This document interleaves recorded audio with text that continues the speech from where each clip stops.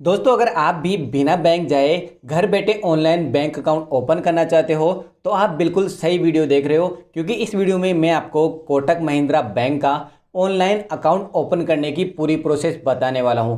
तो इस वीडियो को देखने के बाद में आप बिल्कुल आसानी से 5 से 10 मिनट के अंदर अपना बैंक अकाउंट ओपन कर पाओगे। तो इस अकाउंट को ओपन करने की प्रोसेस मैं आपको बताऊं उससे पहले मैं आपको इसके बेनिफिट बता देता हूं कि इस अकाउंट को ओपन करने से आपको क्या क्या बेनिफिट होगा। तो इसमें सबसे पहला बेनिफिट है जीरो बैलेंस वाला।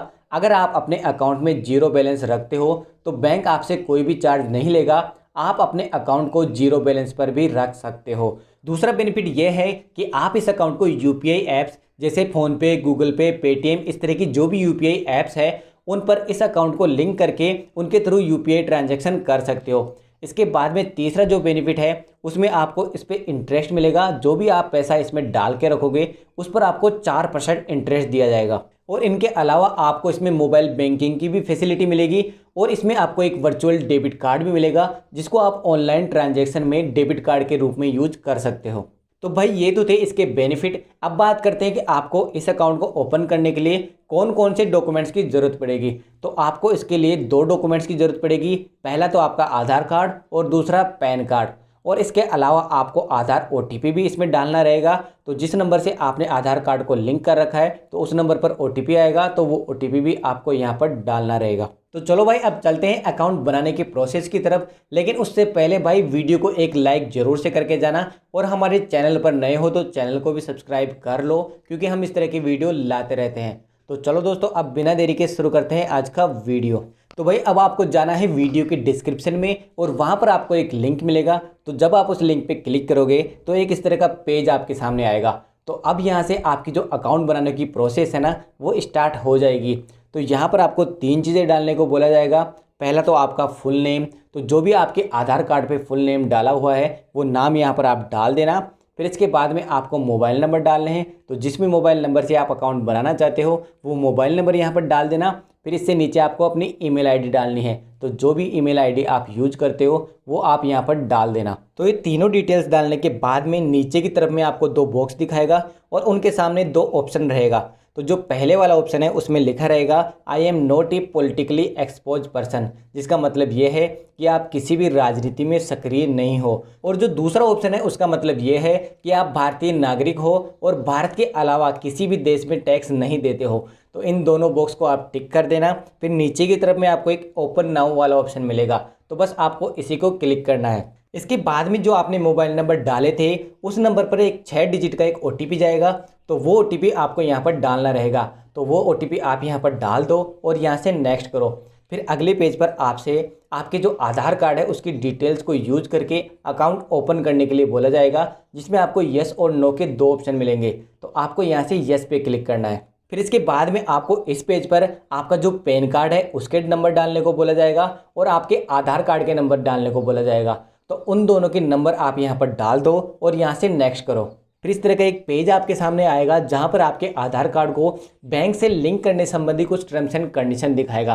तो अगर आप चाहो तो इनको रीड कर सकते हो। फिर इसके बाद में नीचे की तरफ में आपको एक कंटिन्यू वाला बटन मिलेगा, तो बस आपको यहाँ से कंटिन्यू कर देना है। फिर जिस नंबर से आपका आधार कार्ड लिंक है उस नंबर को एक ओटीपी जाएगा। तो वो ओटीपी आपको यहाँ पर डालना रहेगा। तो वो ओटीपी आप यहाँ पर डाल दो और यहाँ से नेक्स्ट करो। फिर आपके आधार कार्ड पर जो आपका एड्रेस है वो यहाँ पर आपको दिखाएगा। तो इसको आपको देख लेना है और यहाँ से कंटिन्यू कर देना है। तो कंटिन्यू करने के बाद में एक इस तरह का पेज आएगा। तो यहाँ पर आपको पर्सनल डिटेल्स डालने को बोला जाएगा। तो इसमें सबसे पहले आपको अपना ऑक्यूपेशन सेलेक्ट करना है, जिसका मतलब ये है कि आप जो भी काम करते हो वो आपको यहाँ पर सेलेक्ट करना रहेगा। तो इसमें आपको कुछ ऑप्शन दिखाएगा। तो इनमें से कोई भी ऑप्शन अगर आप पर लागू होता है तो आप उसको सेलेक्ट कर जाना, नहीं तो सबसे लास्ट में आपको एक अदर्स वाला ऑप्शन मिलता है, तो आप उसको भी सिलेक्ट कर सकते हो। फिर इसके बाद में आपसे एनुअल इनकम के बारे में पूछेगा।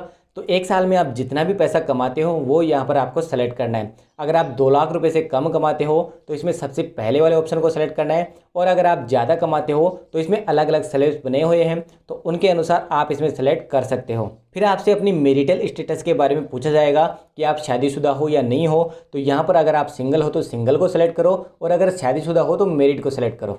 फिर इसके बाद में आपको अपने फादर का नाम यहाँ पर डालना है और इससे नीचे वाले ऑप्शन में आपको अपने मदर का नाम डालना है। फिर आपको अपना जेंडर सेलेक्ट करना है, तो जो भी मेल फीमेल हो तो वो आप यहाँ पर सेलेक्ट करो।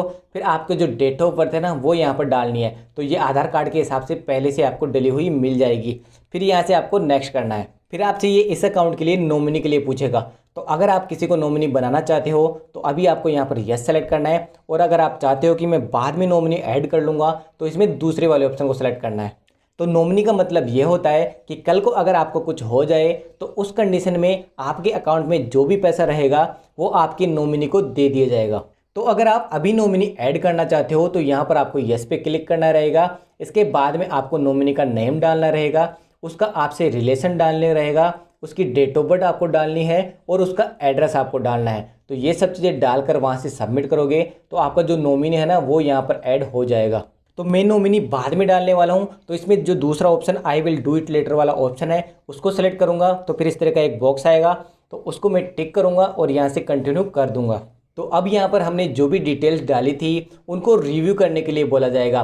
तो जो भी डिटेल्स आपने डाली थी उनको आप दोबारा से चेक कर सकते हो, और अगर आपको लगता है कि किसी चीज़ में आपसे मिस्टेक हो गई है तो यहाँ पर आपको एक पेंसिल वाला बटन मिलता है, तो उसको सेलेक्ट करके आप उस गलती को ठीक कर सकते हो। तो इन सब डिटेल्स को देखने के बाद में आप कंटिन्यू करोगे तो एक इस तरह का डिक्लेरेशन वाला पेज आपके सामने आएगा, जहाँ पर आपको इसकी कुछ टर्म्स एंड कंडीशन को एग्री करने के लिए बोला जाएगा।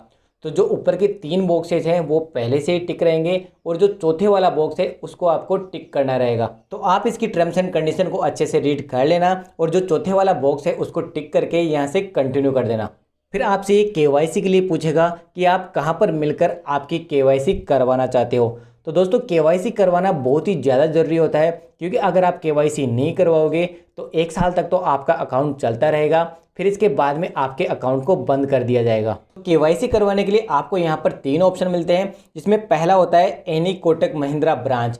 तो आपके आसपास में जो भी कोटक महिंद्रा बैंक की कोई भी ब्रांच रहेगी तो उस ब्रांच की लोकेशन आपको दिखाएगा, तो वहाँ पर आपको अपना आधार कार्ड और पैन कार्ड ले जाकर केवाईसी करवानी रहेगी।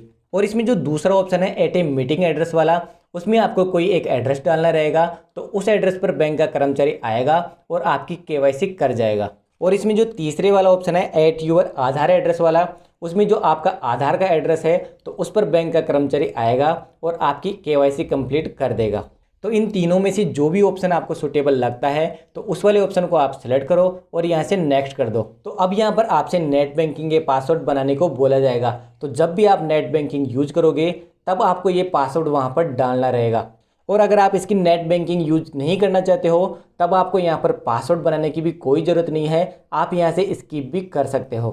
तो पासवर्ड बनाने के लिए आप इसमें 8 से लेकर 12 तक वर्ड का यूज कर सकते हैं, जिसमें आपको अल्फ़ाबेट के अक्षर भी डालना रहेगा और न्यूमेरिक भी डालना रहेगा।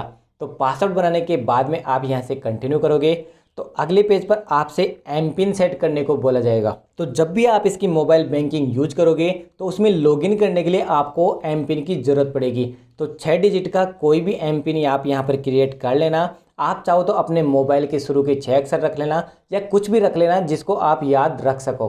तो पहले तो एम पिन क्रिएट करो, उसके बाद में उसको दोबारा से कंफर्म करो और यहाँ से कंटिन्यू कर दो। फिर आपसे ये पूछेगा कि जो आपका डेबिट कार्ड है उसकी पिन भी आप एम पिन को ही रखना चाहते हो या नहीं। तो अगर आप चाहते हो कि जो डेबिट कार्ड है उसकी पिन जो हमने एम पिन बनाए हैं वही रहे तो आप यहाँ से यस करो, अदरवाइज आप यहाँ पर नो करके दूसरे पिन भी क्रिएट कर सकते हो। तो मैं तो एम पिन और डेबिट कार्ड के पिन दोनों को सेम रखने वाला हूँ, तो यहाँ से यस कर देता हूँ। तो इस तरीके से हमारा जो अकाउंट होना है वो सक्सेसफुली यहाँ पर ओपन हो जाएगा और एक इस तरह का पेज हमारे सामने आएगा जहाँ पर हमें अकाउंट से संबंधित सभी डिटेल्स को दिखाएगा। तो भाई इस पेज का आप एक स्क्रीनशॉट ज़रूर से ले लेना, क्योंकि यहाँ पर हमें अपने account number, IFSC, CRN number, UPI, debit card के नंबर, डेबिट कार्ड की एक्सपायरी, CVV, ये सब की सब डिटेल्स हमें यहाँ पर दिखाता है। तो इस पेज का एक स्क्रीनशॉट ज़रूर से ले लेना। और वैसे तो ये सब की सब डिटेल्स आपको इसकी ऐप पर भी मिल जाती है और उस ऐप के थ्रू आप इसकी मोबाइल बैंकिंग भी यूज कर पाते हो। तो उस ऐप के लिए आप जाओ प्ले स्टोर पर और वहाँ पर कोटक 811 लिखकर सर्च करो तो ये एप्लीकेशन आपके सामने आ जाएगी। तो अब इसको यहाँ से आप इंस्टॉल कर लो।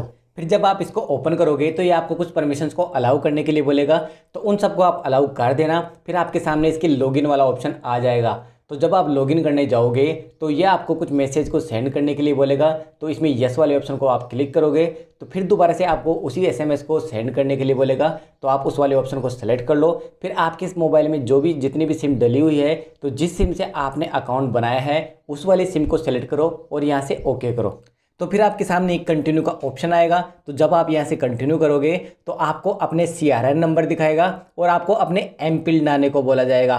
तो आप यहाँ से एम पिन डालकर लॉगिन करोगे तो आप सक्सेसफुली इस ऐप में लॉगिन हो जाओगे। तो फिर ये आपसे अपनी इमेज अपलोड करने के लिए बोलेगा। तो आप अपनी इमेज यहाँ पर डालना चाहते हो तो डाल सकते हो, नहीं तो यहाँ पर आपको एक नेक्स्ट का बटन मिलेगा। तो यहाँ से नेक्स्ट करोगे तो आप इसके होम पेज पर आ जाओगे।